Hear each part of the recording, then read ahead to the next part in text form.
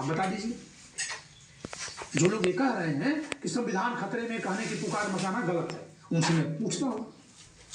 ये भी एक चित्र बहुत खूबसूरत है और मैं एक निवेदन करूंगा आप सबसे कि भारत के विधि राज्य मंत्री स्वतंत्र प्रभार श्री मेघवाल जी के भाषण को आप जरूर सुनिएगा।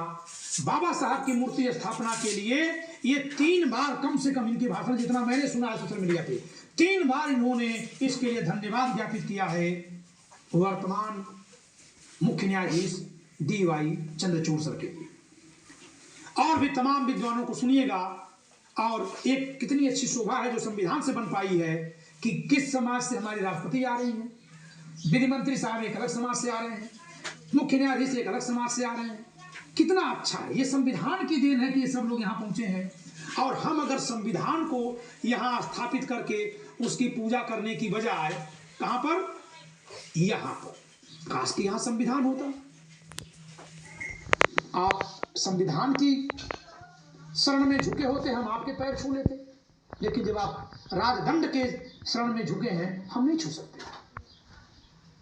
हमने बड़ी मेहनत से राजतंत्र से लोकतंत्र की यात्रा की है। इसके लिए हम 800 साल गुलाम रहे, और नहीं तो कम से कम 200 साल हम गुलाम रहे। और अंग्रेजी सत्ता के दौरान लड़ते समय ही हमने न केवल लोकतंत्र पाया, बल्कि तभी लोकतंत्र के लिए क्या जरूरी है, समता, सबको अधिकार। तो जब सबको अधिकार हुआ तो हम सारी कुरीतियों से मुक्त हो गए या होने की दिशा में आगे बढ़ गए। और इन कुरीतियों के अंत का ही ये दृश्य है जो ये दृश्य आप देख रहे हैं। राजतंत्र में यह दृश्य संभव नहीं था कभी भी। तो इस नाते मैं कहूंगा कि संसद में सेंगोल का आना हमारे लिए संविधान के प्रति खतरे की घंटी बजाने के लिए पर्याप्त है। प्रधानमंत्री जी को स्पष्ट करना चाहिए कि इन्होंने संविधान छोड़कर सेंगोल को क्यों पूजा है, चाहे कितना भी इसका ऐतिहासिक और प्राचीन महत्व हो। अगर ऐसे महत्व हम देखें तो ये जो लोग कर रहे हैं इनका भी ऐतिहासिक महत्व है। देवदासी प्रथा के समर्थक लोग भी कहेंगे बहुत ऐतिहासिक महत्व है, सती प्रथा वाले कहेंगे और महत्व है।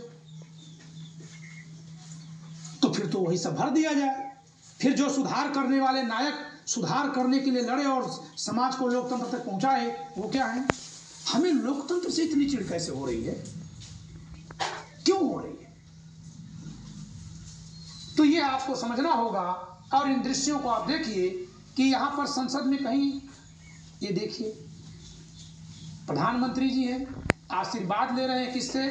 साधु संत से, न कि भारत की जनता से। इस पर भी मेरी एक छोटी सी आपत्ति तो नहीं कहेंगे, प्रतिक्रिया है। संविधान सबसे बड़ा धर्म है। क्यों? क्योंकि संविधान में सारे धर्मों के लिए जगह बनी हुई है, हट जाते हैं सब, जबकि हमारे एक धर्म में दूसरे धर्म के लिए जगह ही नहीं है। अगर होती तो संविधान तो पर्याप्त है, फिर हम अलग एक राष्ट्र की मांग धर्म के नाम पर क्यों करते?